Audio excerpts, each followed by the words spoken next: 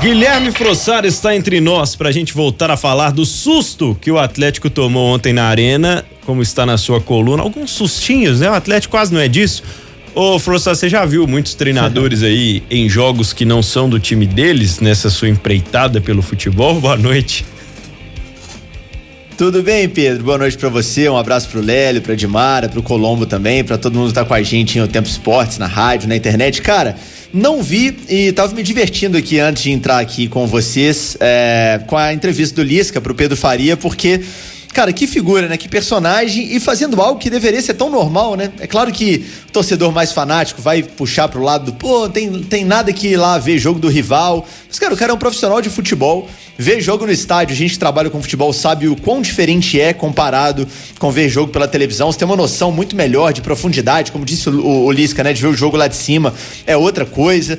Eu, por exemplo, trabalhei muito tempo como repórter de beira do gramado.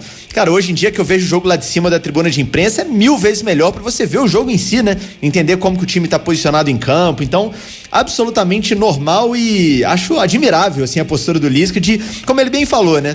A esposa não tá em BH, a família não tá tranquilo em casa fazendo nada, tem a opção de ir no jogo, ver o jogo no estádio, tem que ir mesmo, tá mais que certo, mas confesso que não me lembro.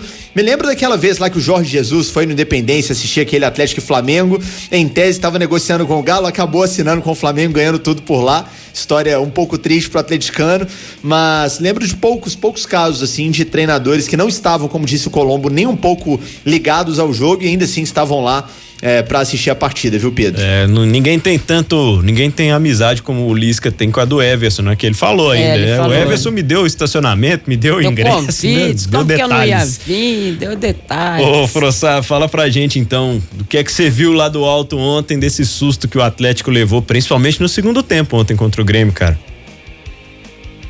Pois é, amigo bom esse o Everson do Lisca, né? Sem dúvida nenhuma. Cara, o Atlético fez um jogo pro gasto, eu diria. Pelo menos é a minha avaliação. O Galo passou longe de fazer um grande jogo ontem e nem era a minha expectativa também. Eu vou escrever nos próximos dias, já adianto aí pra quem me acompanha lá na coluna diária em O Tempo Esportes, sobre essa questão física do Atlético, que é algo que me preocupa. Eu vejo que o Galo chega pra essa reta final de temporada com um time bem cansado, baleado, com vários jogadores com pequenas dores, outros com dores não tão pequenas assim, como é o caso do Paulinho.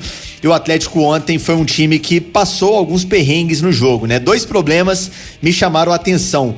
A marcação do Atlético na entrada da área, que é um problema crônico desse time do Milito ao longo da temporada, um problema que vem se repetindo. O Atlético dá espaço demais para o time adversário trabalhar essa bola na entrada da área e finalizar da entrada da área. É bem normal a gente ver jogadores adversários dominando a bola na entrada da área, tendo espaço para levantar a cabeça, escolher onde vão finalizar e escolher como que vai ser o chute. E aí, quando acontece do goleiro tomar um gol, aí vai aquela galera que tudo é culpa do goleiro. Ah lá, não pode tomar um gol desse, mas o cara receber livrinho na entrada da área também não pode.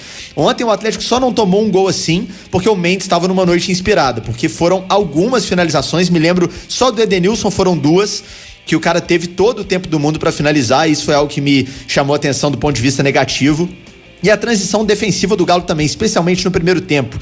A dificuldade que o Atlético tinha de arrumar o seu sistema defensivo quando perdia a bola no meio campo foi algo que me preocupou muito, né? O Milito já cobrou em outros momentos da temporada o famoso atacar marcando, que é você estar minimamente bem posicionado enquanto tem a bola, para quando perder essa bola, não deixar o espaço tão grande assim para o adversário trabalhar. E ontem isso não aconteceu. O Galo sofreu esse tipo de jogada várias vezes e, como eu disse, teve uma dosezinha de sorte da bola ter pegado no braço lá do Braithwaite, né, o dinamarquês do Grêmio. Teve uma dosezinha também de goleiro, né, porque o Matheus Mendes, como eu falei, esteve numa ótima noite, e de falta de pontaria, talvez os jogadores do Grêmio, porque o Grêmio, ao meu ver, merecia fazer pelo menos mais um gol no jogo de ontem. O Galo também, é bem verdade. Olhando pro outro lado, o Galo teve 2 bolas na trave, aquela do Scarpa e aquele que quase sai um golaço do Otávio. Teve volume, fez 2 gols. Pra mim o pênalti foi bem marcado no Hulk, e o gol do Daverson é um golaço por toda a concepção da jogada, a grande bola do Fausto Vera, né, pro Hulk, e o Hulk também servindo o Daverson. Então o Atlético até produziu ofensivamente num volume que eu gostei, mas esses 2 pontos defensivos aí me deixaram um alerta ligado. Mas, como eu disse, era uma noite pro Atlético vencer o jogo, depois do empate tenebroso contra o Vitória na rodada anterior. O mais importante eram os 3 pontos que vieram. Agora o Galo tem uma pedreira pela frente, contra o Fortaleza lá é sempre difícil, com reservas então mais ainda, e aí sim volta a focar nas Copas, que o atleticano só pensa nelas, né? Na Copa do Brasil e na Libertadores. Ô Frossar, você cita lá no texto sobre o golaço do Daverson, né? Que tem um tapa de camisa 10 do Hulk, como você descreve, e fala do personagem divertido. Ontem, na transmissão do jogo, fiquei um pouco preocupado com esse personagem divertido, ainda mais pelo terceiro cartão que ele levou, totalmente evitável, brigando com um jogador que estava fazendo o primeiro jogo como profissional titular, né? Primeiro jogo titular no profissional do Grêmio, que era o Igor, o lateral direito. Isso te preocupa em algum momento, Frossar? Preocupa, mas é uma preocupação num nível, Pedro, que eu não acho que é corrigível. O Daverson não é mais nenhum garoto, não é um cara que vai mudar a forma de jogar agora. Eu acho que não adianta pedir ao Daverson na atual fase da carreira dele para ele não provocar, para ele não brigar, para ele não tomar amarelo desnecessário. Eu tava na zona mista ontem, na Arena MRV, e a gente fez várias perguntas para ele sobre isso, sobre a discussão com o Reinaldo, a discussão com o Igor Serrote, que você mencionou, o jovem lateral direito do Grêmio, e o amarelo que ele sofreu, e aí vai lá dar beijinho no Marquezinho, e aplaude a torcida no meio do jogo, etc. E ele naturaliza todo esse processo. Primeiro que fica um elogio da minha parte, porque eu acho que é louvável a honestidade do jogador de falar, não, eu faço cera mesmo, eu ganho tempo mesmo, eu provoco mesmo, eu tento tirar os caras do jogo mesmo. Eu prefiro o jogador que admite que faz do que o jogador que fala, não, de forma alguma, ali eu realmente senti, porque é mentira. Ele fala sem hipocrisia nenhuma e isso eu acho louvável. Agora, é claro que o melhor dos mundos seria a gente ver um jogador equilibrado, que sabe provocar, que sabe tirar o adversário do jogo, que sabe a hora de catimbar, porque faz parte, e nisso eu concordo com ele, mas que não vai tomar um amarelo desnecessário, como foi o caso do amarelo do Daverson ontem. O ponto é que eu acho que não dá mais pra corrigir. O Daverson é isso aí, esse é o pacote, né, que o Atlético contratou quando buscou o Daverson, que tem tudo. Tem um pouco de exagero, tem cartões desnecessários, tem provocação que passa do limite hora ou outra, e tem gol também. Tem gol, tem uma casquinha de cabeça que ele faz muito bem, a bola aérea dele é muito boa. Então, faz parte, cara. Como qualquer jogador, tem o seu lado errado, o seu lado correto, o seu lado que ajuda o time, o lado que atrapalha, mas eu acho que no geral, até aqui, o meu balanço da passagem do Daverson é positivo. Eu acho que não dá pra mudar aquilo que é negativo, é o jeito dele, vai ser assim até aposentar. E ontem ele tomou uma bundada na cara, Lélio. O PP, o volante do Grêmio. E aí você já viu, né? O que virou? Ficou lá se contorcendo e tudo mais. Mas é isso mesmo aí que o Frossar falou. Não tem conserto, não. E eu, pra falar a verdade, eu sempre gostei de jogador desse jeito.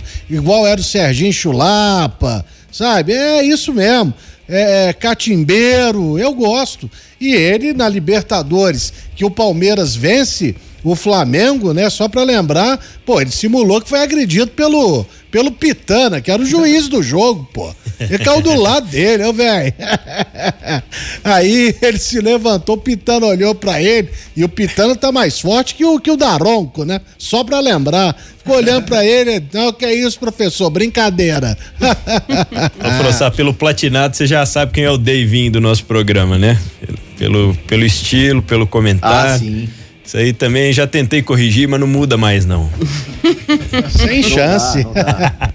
Respeite, não pressionem um artista. É aquele meme, Pedro. Não pressionem o artista. Deixa ele trabalhar. Vale pro Daverson, vale pro Lélio, vale pra todos os gênios que estão aí espalhados. Não que o Daverson seja gênio, pelo amor de Deus. Foi só uma brincadeira.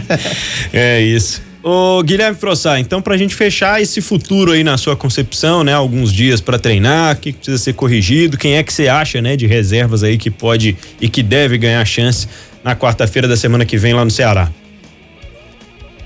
Cara, pela resposta do Gabriel Milito na entrevista coletiva sobre isso, sobre esse jogo contra o Fortaleza, eu acho que vai um time reservaço, aço, de um jeito que a gente não viu até aqui. O Milito, mesmo quando usa um time reserva, usa um time reserva com algumas pitadas de titular, né? Ele faz um time reserva e coloca ali o Alonso, coloca um volante titular, coloca de repente um lateral titular, um cara no ataque pra ter uma referência, faz um time mesclado.